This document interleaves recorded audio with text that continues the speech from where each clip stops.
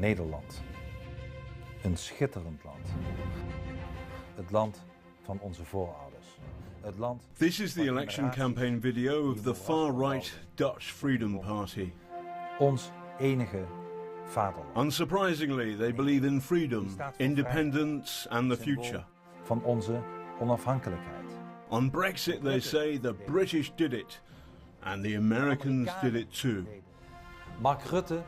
Here's the party's leader and sole member, Geert Wilders. Eind van deze eeuw. The map, borrowed perhaps from Dad's army, suggests that by the end of the century there will be 4 billion Africans, and many will make a beeline for the Netherlands. Wilders links refugees, especially Muslim ones, with terror attacks. Go and vote, he concludes, and make the Netherlands ours again. Dank u wel.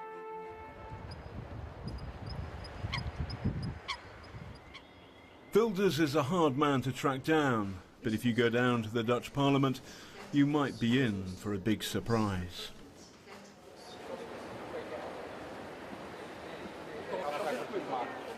We're on Wilders' watch.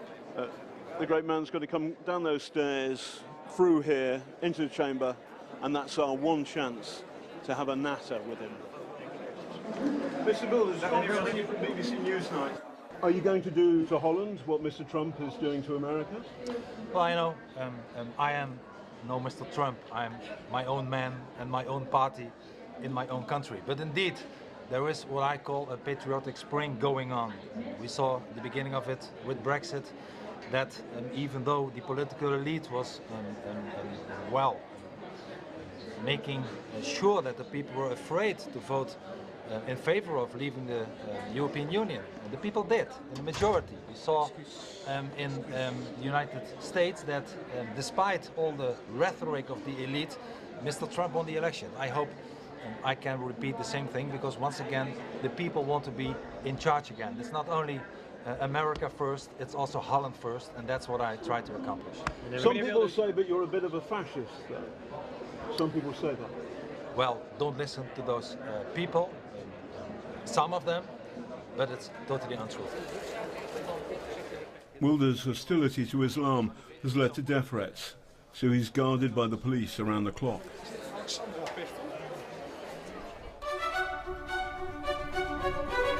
But his message strikes a chord here. Around 1 in 5 Dutch voters are expected to plump for the Freedom Party on March 15th. In The Hague, I hit the pedals to find out why.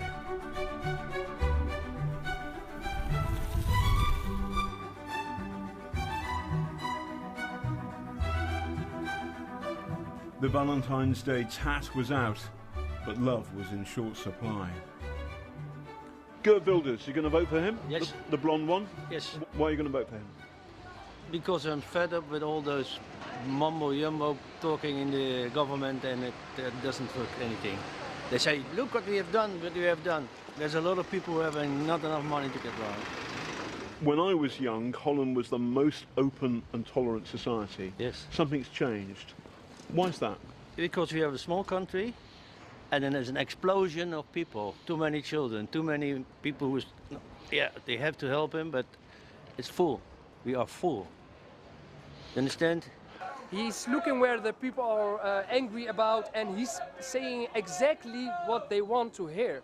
Because he's saying things like our older people have to get good medical care. He's saying something, but he's not going to do it, because the only thing he's doing is talk bad about the Muslims and give them the blame for everything. But most people don't trust the other politics, so they want to trust him to see what he's going to do. Then a strange thing happens.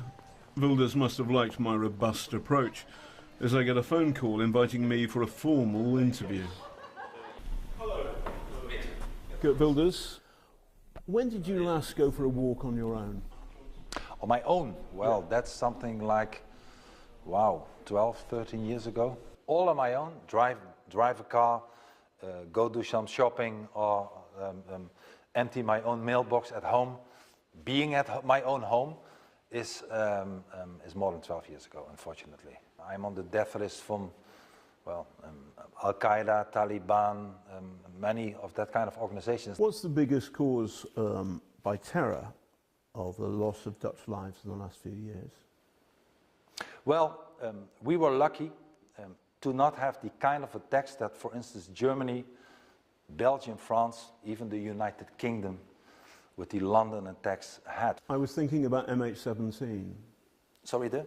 I was thinking about MH17. MH17, yes. 193 Dutch people die. Yes. They're entirely innocent in a civilian airliner. That's true. Shot down. Sure. And the prime suspect is Putin's Russia. Well, we have to see about that. I'm sure it has to be cleared, and I would not bet that Russia had nothing to do with that, but still, let's wait for the prosecutor who is working on it now to handle. But you could be right. I'm not ignoring that. The Russians Russians say it's the Ukrainians. Either way, 193 people die. They're Dutch, and it has got nothing whatsoever to do with Muslims. Very true. And we have to see and wait. Because I don't know. Because there are other dangers in the world, aren't there? There's North Korea, there's Putin's Russia, and there are Islamist extremists, Islamist fascists. Fortunately, so aren't you a bit obsessed with just one element of the spectrum here, which is the Muslim spectrum, while ignoring perhaps Russian fascism? I tell you, the more that we import Islam, and I'm not talking about all the people. I'm not saying once again that all the people are extremist people, but the ideology and freedom are incompatible. So we are facing an existential problem here. If we allow to open our borders, if we allow to ignore the problems that we are facing today, let alone later in the century with the demographic situation in Africa, we will cease to exist. Our values, our identity will not be taken away by the European Union only, but by the Islamization of our society. And that does not work. And I want it to be stopped. Point. So Trump has pushed America first. Yes. You have Netherlands first, America first, Germany first, yes. Russia first. Don't we go back to 1939? No, I don't think so. I think that is a fear that some politicians put into our heads, but they forget telling us that we made a kind of other totalitarian organization dominant, which is called the European Union. I just had... The European Union is totalitarian? It's totally totalitarian. You speak your mind in China and in Russia. You may end up dead. Not in Brussels, not in Strasbourg. I'm not saying it's totalitarian to all the citizens of the European Union, but it's totalitarian towards the member states. You believe in the politics of identity, don't you? Who doesn't? Well, I suppose the people who believe in liberal democracy, the idea that everybody is equal under the law.